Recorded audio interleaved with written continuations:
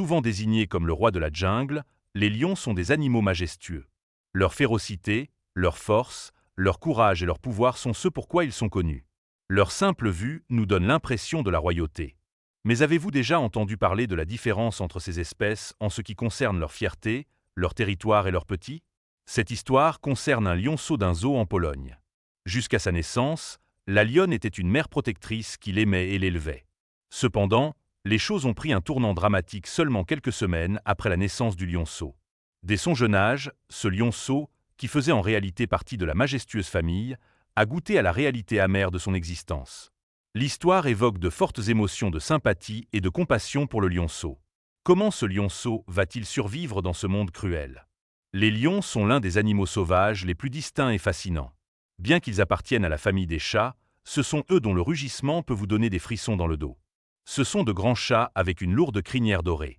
Ils habitent principalement les prairies et les savanes. Ces espèces exotiques sont même conservées dans certains zoos et centres d'habitat. Afin de s'assurer que ce lionceau survive, les gardiens du zoo ont proposé de nombreuses idées. Ils pensaient que l'alimentation au biberon pourrait aider, mais le lionceau ne voulait même pas y toucher. Il avait besoin du lait maternel. Puis ils ont eu une idée étrange. Les gardiens ont compris que seule une lionne pourrait aider ce bébé lion. Mais quelle lionne allait nourrir un autre lionceau que le sien? Les gardiens avaient bon espoir qu'une autre lionne nourrisse ce jeune lionceau. Malheureusement, dans le zoo, il n'y avait aucune autre lionne qui pourrait être une seconde mère pour ce lionceau. Les autorités du zoo avaient besoin d'une autre idée pour aider cet animal. Et cette idée était complètement hors du commun. Le zoo hébergeait même une chienne nommée Carmen. Et par chance, la chienne venait de donner naissance à une portée de chiots. Les gardiens ont eu l'idée que peut-être cette chienne pourrait l'aider avec ce lionceau. Peut-être pourrait-elle le nourrir. Cela était-il même possible? Imaginer une chienne nourrissant un lionceau était déjà une pensée trop folle pour être vraie.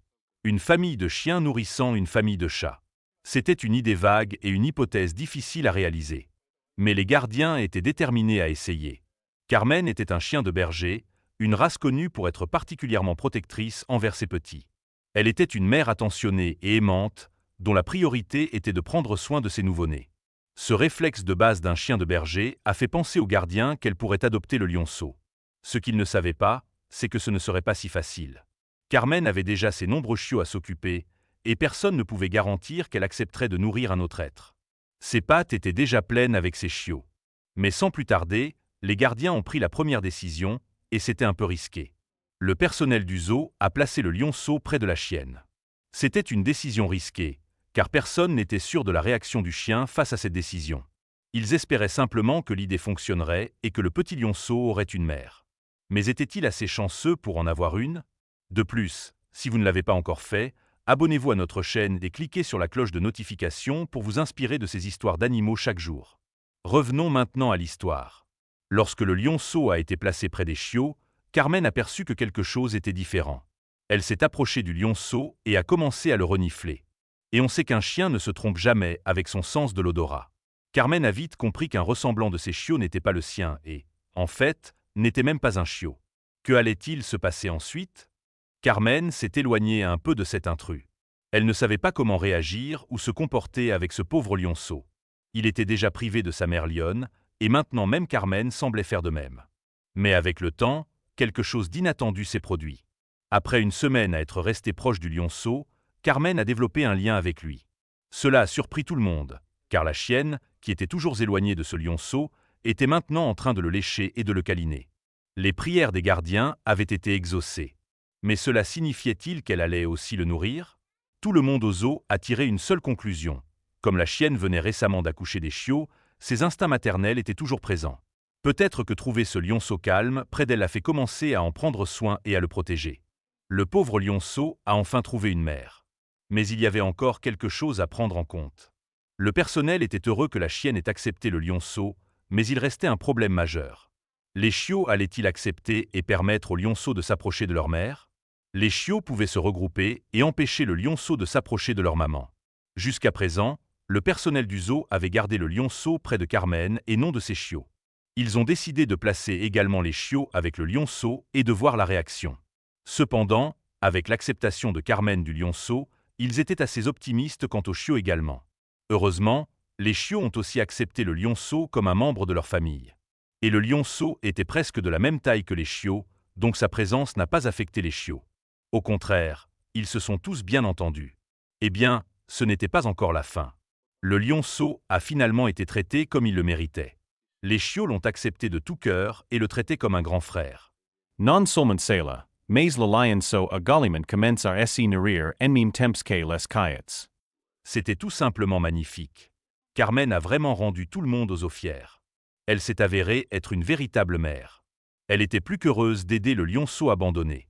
Probablement même le lionceau était chanceux d'avoir une mère comme elle. Elle vit maintenant heureux avec ses chiots et le nouveau lionceau. Pourtant, il y avait une autre question. Eh bien, actuellement, le lionceau était dans un besoin désespéré de nourriture, donc il a progressivement aimé Carmen. Mais on ne peut jamais ignorer la question. Une fois que ce lionceau grandira et deviendra un lion adulte, comment réagira-t-il envers Carmen? Le roi de la jungle se souviendra-t-il de la chienne ou ses instincts sauvages prendront-ils le dessus? Au fil des jours et des semaines, Carmen et le lionceau, que les soigneurs avaient surnommé Léo, devinrent inséparables. Carmen, avec ses yeux doux et son instinct maternel, traitait Léo comme l'un de ses propres chiots. Malgré son héritage félin, Léo suivait Carmen partout, imitant les jeux espiègles de ses frères et sœurs canins.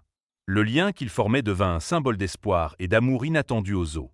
Carmen enveloppait souvent Léo de son corps protecteur la nuit, créant un cocon de chaleur et de sécurité, une tendresse qui le faisait se sentir aimé comme jamais auparavant. Léo apprit rapidement les jeux de ses frères et sœurs chiens. Il courait après les queues, roulait dans l'herbe et faisait des batailles amicales. Contrairement à tout autre lionceau, il gardait ses griffes rentrées pendant ces moments pour ne pas blesser ses compagnons.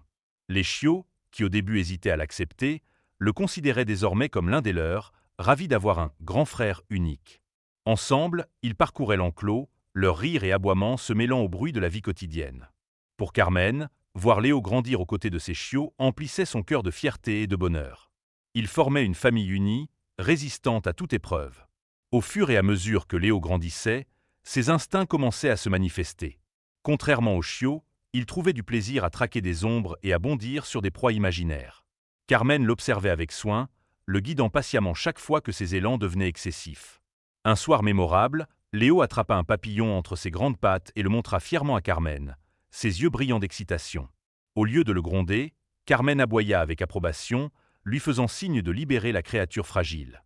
Léo obéit avec une douceur nouvelle, comprenant que la force et la tendresse pouvaient coexister. Une nuit fatidique, une tempête violente s'abattit sur le zoo, le vent hurlant et les éclats de tonnerre ébranlant le sol. Les chiots, terrifiés, se blottirent en quête de réconfort.